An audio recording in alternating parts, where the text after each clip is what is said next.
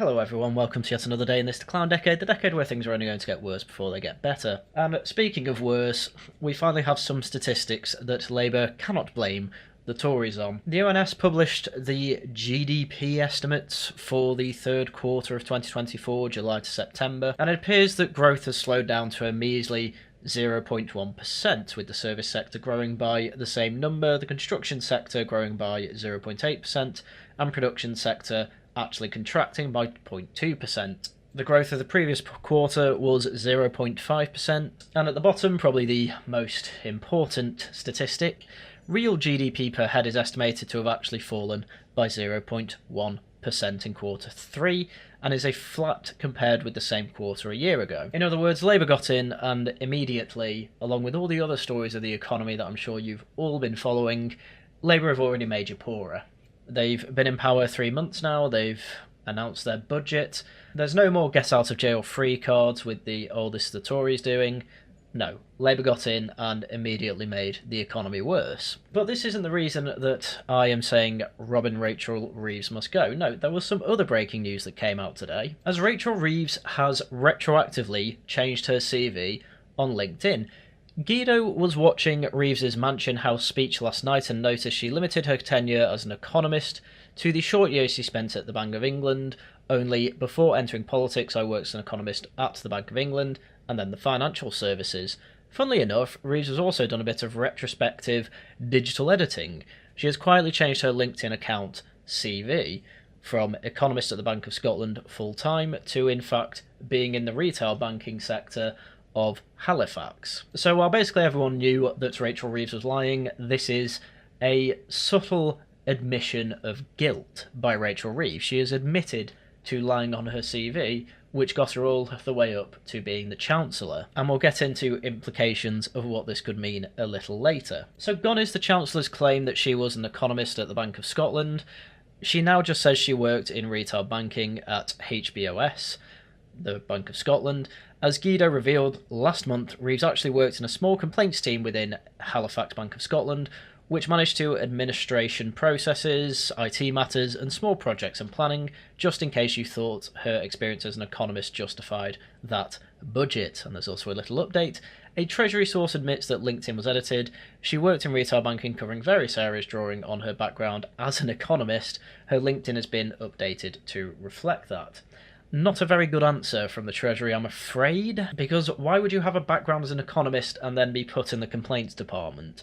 Well, as I've been through previously on this channel, it's because she was a useless economist, and the budget pretty much proved that. And if you thought that was bad enough, wait, there's more. There is a LinkedIn post that has been going around from some gentleman called Kev Gillett, and here's a claim he makes. Can my network please share this factual story? Back in 2009, the Right Honourable Rachel Reeves worked 3 levels below me. Just facts. She was a complaint support manager at LBG HBOS. Not an economist. Hashtag fact check. Nearly got sacked due to no expenses scandal where the 3 senior managers were all signing off each other's expenses and narrowly escaped. Then had lots of docs and dentist visits. So she was followed. Turns out she was doing Labour Council business.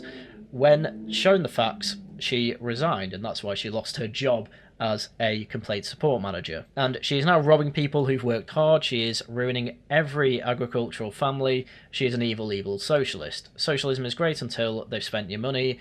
Thank F, I live in PT, and I've 77p in my Great British pension. F the socialists. Please share this. And as far as I can tell, this was sourced through someone called David at Think Money, who has connections all throughout the banking and financial sector and pretty much knows these people. So this comes from a good source, as much as this guy clearly hates Rachel Reeves. Again, probably because he worked with her, because as far as I know, everyone who's worked with Rachel Reeves says she is absolutely useless. There's other people on Twitter as well saying that they know Kev, and apparently it's all true. He's retired now, but he was her boss's boss's boss. He wouldn't make an allegation like this unless it was substantiated. She was disciplined for dishonesty at the Halifax Bank of Scotland group, and she jumped before she was pushed. So yeah, as I say, there seems to be an awful lot of people vouching for this story, and this is who is our Chancellor now. Someone who is a serial liar, is happy to willfully put herself into scandals, and is frankly crashing the economy. Anyway, David at Think Money made a rather large thread, well, not a thread, it was one tweet actually, on the entire situation with Rachel Reeves. And he says the FCA, the Financial Conduct Authority, is accountable to the Treasury and Parliament. And Rachel Reeves is head of the Treasury in effect. Here are the relevant FCA-related breaches that Rachel Reeves has undertaken quite willingly, as she is a liar. So, COCON 4.1 Individual Conduct Rules. This section outlines specific examples of conducts that would breach Rule 1, which requires acting with integrity. Relative breaches include providing false or inaccurate documentation or information, including details of training qualifications, past employment record, or experience. She has almost certainly broken that. She had to change her CV retroactively, which is an admission of guilt here. Or preparing inaccurate or inappropriate records or returns, including inaccurate training records, inaccurate details of qualifications, past employment record, or experience. As I said, she has definitely broken this particular rule. And fit 2.1, Honesty, Integrity and Reputation. This section details the factors the FCA considers when assessing an individual's honesty, integrity and reputation. Lying on a CV would violate several of these considerations, whether that person has been candid and truthful in all their dealings with any regulatory body, and whether the person demonstrates a readiness and willingness to comply within requirements and standards of the regulatory system. Yes, she has definitely broken that. That could apply if the lie on the CV is discovered and leads to dismissal. Well, hopefully it does lead to dismissal, but I'm not going to hold any hope for it. Whether the person has been dismissed or asked to resign and resigned from employment or from a position of trust, fiduciary appointment or similar. Lying on a CV could be considered misconduct or fraud. It absolutely could be considered fraud.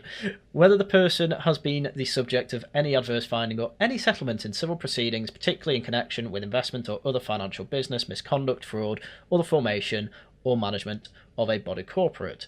Providing false information on a CV would contravene the standards of honesty and integrity required by the regulatory system. Not only that, but should the thing about signing off other senior managers' expenses be true, that is very much going into fraud or misconduct in a body corporate. Whether the person has contravened any of the requirements and standards of the regulatory system, we can't have a chancellor in the position that has done this. That is just absolutely true.